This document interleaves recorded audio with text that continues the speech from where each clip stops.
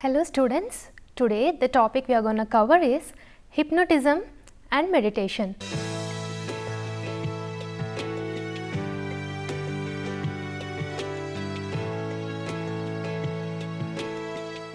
This lesson will help you in learning about two different states of altered consciousness known as hypnotism and meditation. To know more about the nature of altered consciousness or types of altered consciousness, please follow the lesson with the title Characteristics of Consciousness, Levels of Consciousness and Altered States of Consciousness.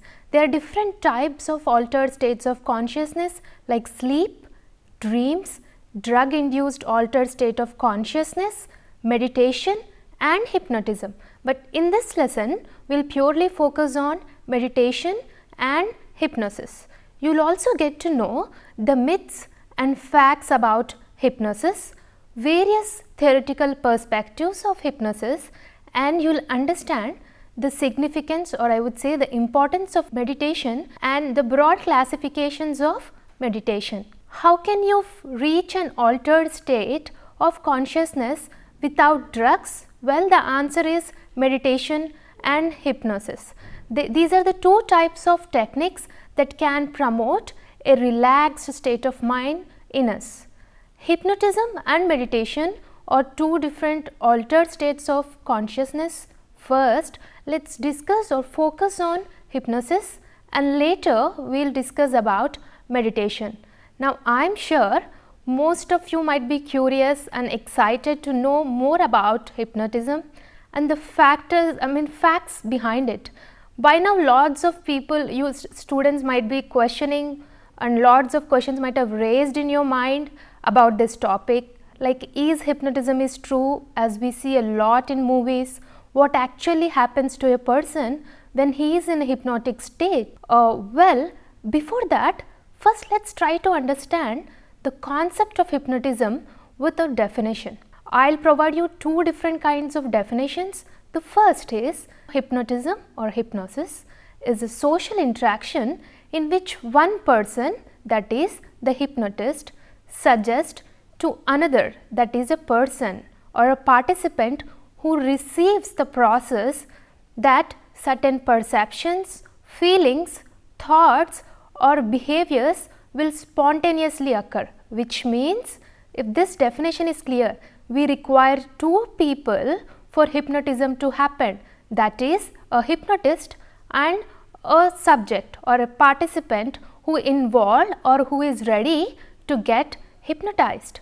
Or else it can also be defined as a highly relaxed, suggestible state of mind in which a person is likely to feel that his actions and thoughts are happening to him rather than being produced voluntarily. If you observe the first definition as well as the second definition, one word is reflecting. What is that? Suggestible. Yes, if you keenly understand the concept of suggestibility, it means you understood the concept of hypnotism. Yes, so suggestible or suggestibility is a state of mind where a person readily accept and act on the suggestions of others. So, this word I keep on using till the end of a concept of hypnotism. So, try to understand what is suggestibility, where a person is ready to take instructions by other person, he is ready to act as said by other person. So, this is known as suggestibility. Now, the person being hypnotized sit quietly and focus on some target, that can be a particular sound or a particular object that is in view. The hypnotist speaks to the person quietly and monotonously, encouraging her or him to just relax. The hypnotist also offers various suggestions about what will happen, including many things that are just inevitably as a person relaxes. Your eyelids are dropping downward or your limbs are getting heavy. Gradually, the hypnotist leads the person into a state of deep relaxation and extreme suggestibility, where a person is ready to act upon the instructions or the suggestions given by the hypnotist, which usually happens when the person is in deep relaxed state. Earlier, hypnosis has been in a traditional approach of psychology. For example, Sigmund Freud, who is a well-known figure in the field of psychology, tried to include the process of hypnotism to treat people with hysteria. However, this process of hypnotism did not meet the expectations of Freud in his therapeutic applications. Hence, he started developing his own therapeutic techniques. Now, those who study hypnosis have agreed that it is a power that not in the hypnotist, like who is doing, they don't have any magic, they are just giving instructions, but it all relies on the subject's openness to suggestion.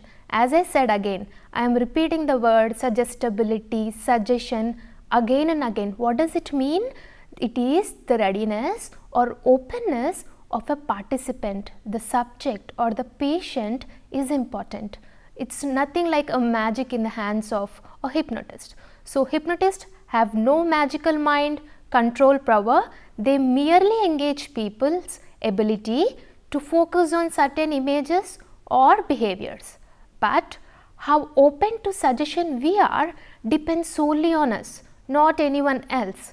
To answer this, what I'll do, I'll just share some facts and falsehood about hypnosis. The first question is, can anyone experience hypnosis? To some extent, we all are open to suggestions, yes, but not all of us have same amount of experience. For example, one person can easily get influenced by the hypnotic suggestions, but some people might be reluctant because they should be ready, they should be open up to the suggestions given by the hypnotist. Okay? So, what does he mean is, people with hypnotic suggestibility are highly hypnotizable. Some people are more vulnerable, some people are more suggestible, they are highly able to get hypnotized.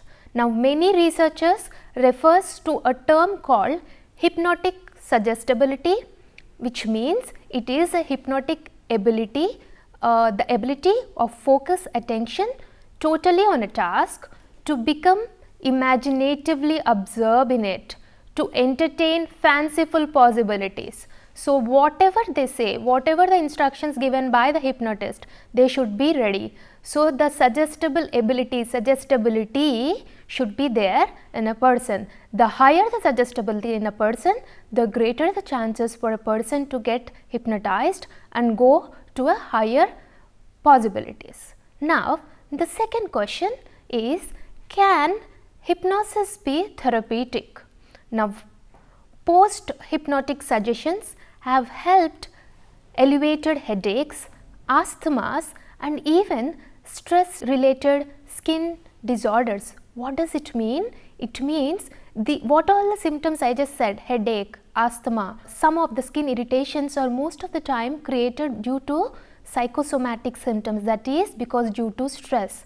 And these things were successfully treated with the combination of a medication as well as hypnotic suggestions. So, studies reveal that clients who received therapy supplemented with hypnotism showed greater results than other therapy patients. So, people who just received treatment versus people who received treatment also supplemented with hypnosis, the result is greater.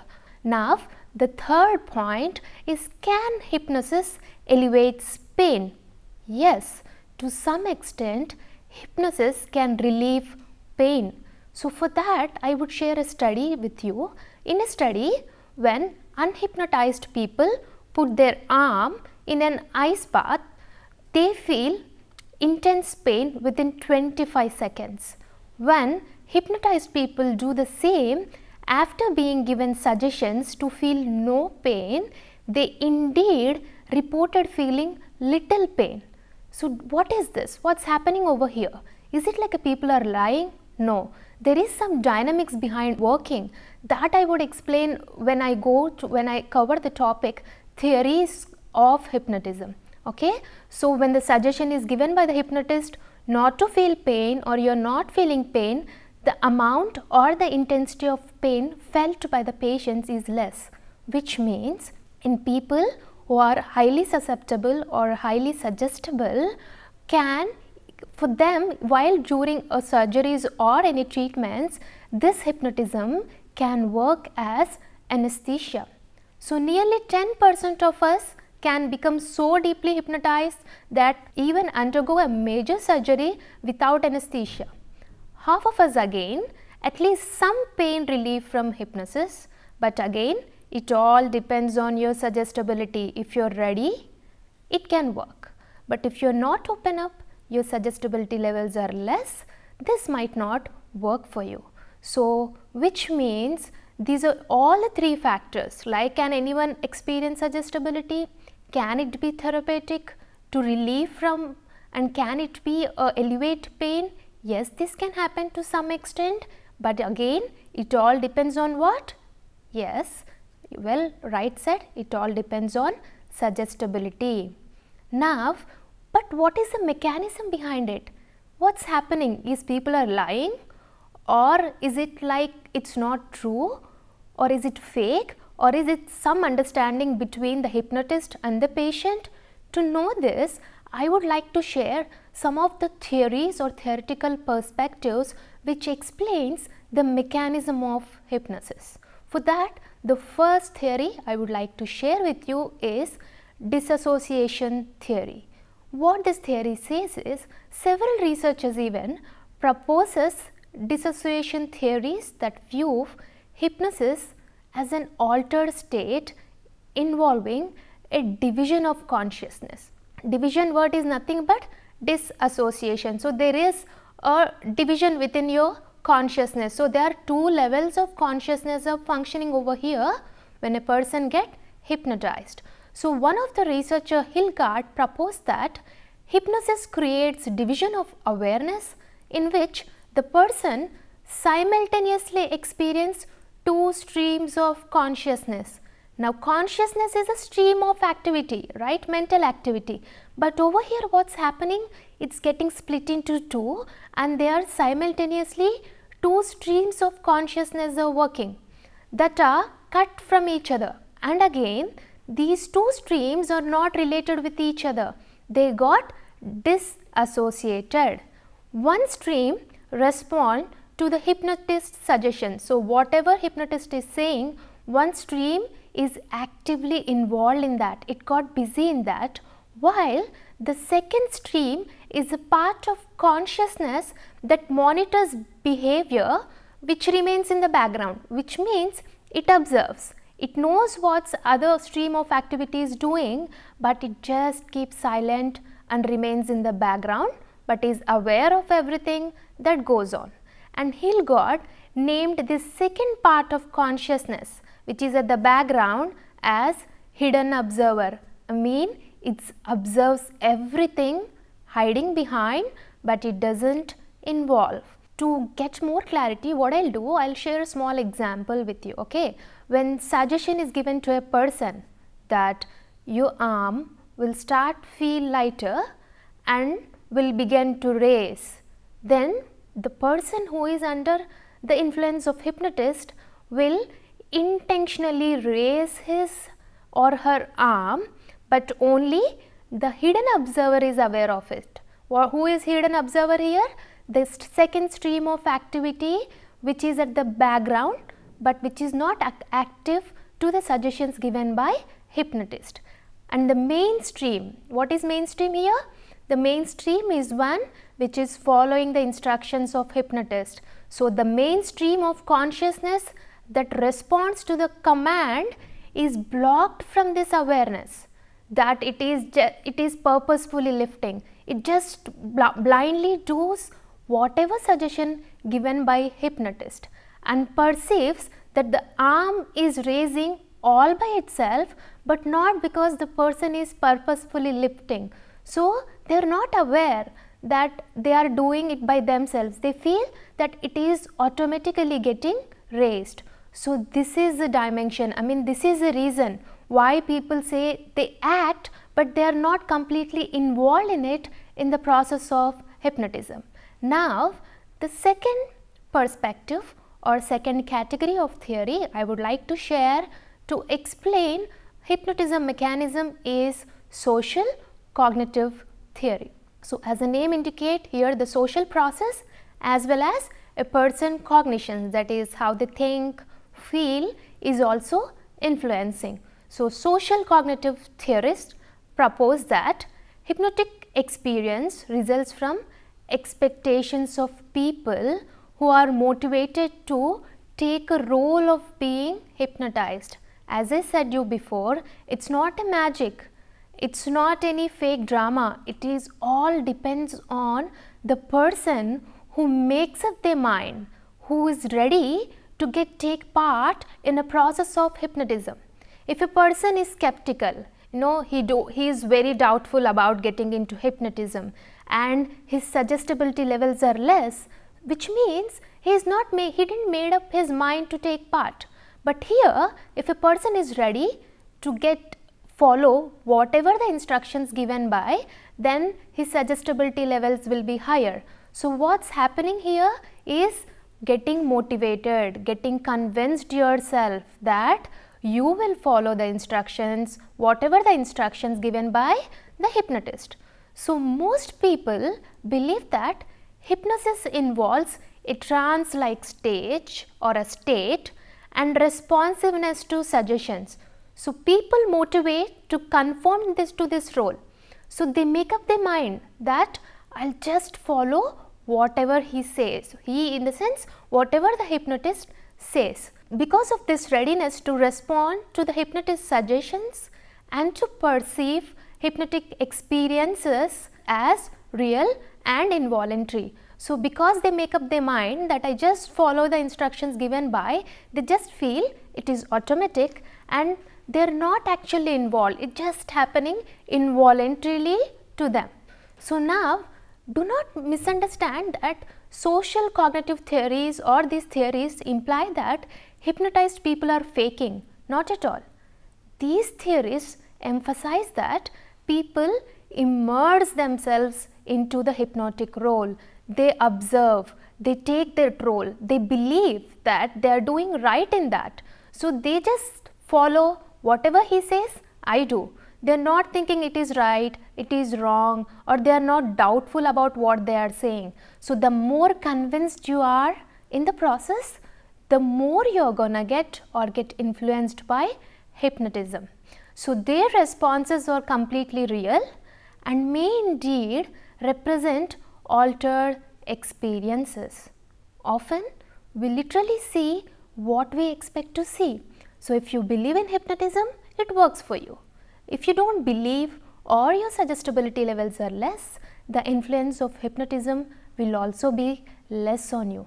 For example, the hypnotized subject or a person whose arm automatically raise in response to the suggestion genuinely perceives that behavior to be involuntary because this is what the subject expects, and because attention is focused externally on the hypnotist and the hypnotic suggestion. He just removed his attention on other things. Blindly he starts doing whatever he says. So, he believed that hypnotism can happen and that is working on him. So, with which I just want to sum up the concept of hypnotism. So, as I insisted, just remember hypnotism is a social interaction and the influence or the impact of hypnotism depends on the level of or the amount of suggestibility a person undergoes. But hypnotism can work provided a person is open up, and it would be fruitful if you integrate that with any other therapies rather than solely by hypnotism. But still, I want to conclude saying one thing, still hypnotism is a controversy. Some researchers rely on that, some say solely hypnotism can work, but some says hypnotism to some extent can relax a person, but purely we can't say that it is highly therapeutic by nature. Whatsoever, It's a fact that hypnotism can influence and alter a state of consciousness of a person. Now, let's discuss about another altered state of consciousness, that is called meditation. So, how many of you do follow meditation? If not, please, I hope rather than just studying this as a theory, please take it as an opportunity and start motivating yourself to do meditation. Yes, I would say if you see the continuum of and consciousness, meditation is the highest level. Like in your day-to-day life, what you're aware around, you have lots of distractions in your consciousness. But when a person meditates, he attains a higher level of consciousness. So let me start defining. Meditation is the act of focusing on a single target such as the breath or a repeated sound to increase awareness of the moment. So they don't imagine the past, they don't sleep, they don't dream, they don't worry about the future, they just focus on the moment. While hypnosis is generally achieved through the interaction of a therapist and the person being treated, and whereas in meditation an individual can perform by himself. Often, however, people wishing to learn to meditate, it would be preferable, to receive some training in the techniques to achieve a healthy meditative state. Although there are a number of different techniques in use, the central feature of all meditations or any type of meditations is clearing the mind in order to achieve a state of relaxed awareness and focus. Yes, meditation have many positive effects on body, on both mind as well as body. I mean, if I start explaining the benefits of meditation, this one class would be not enough.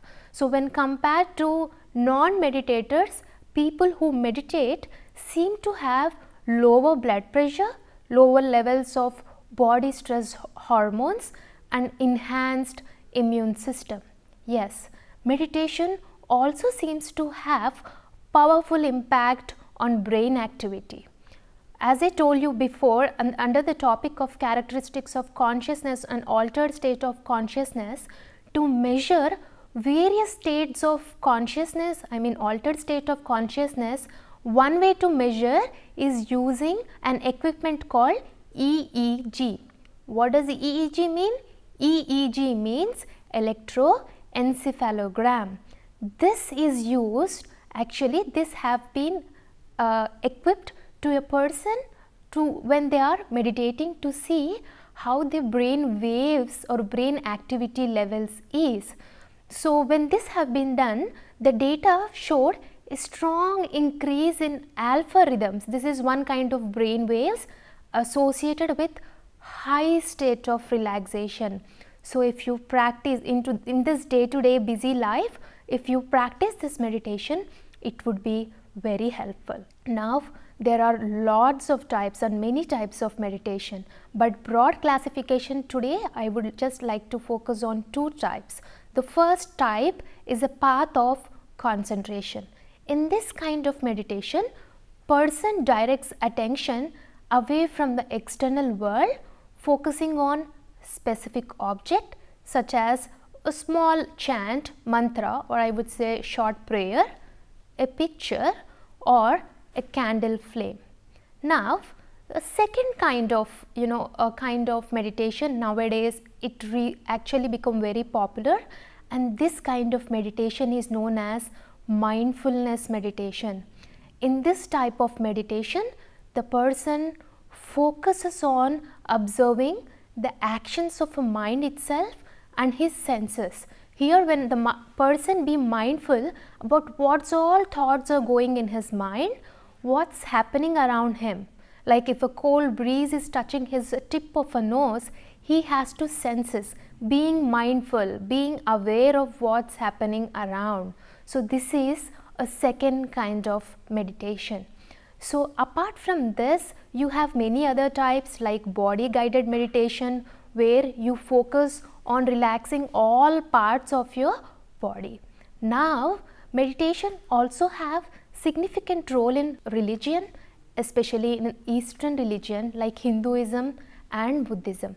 Using meditation, the individual progresses systematically through different levels of consciousness, each seen as superior to normal waking consciousness.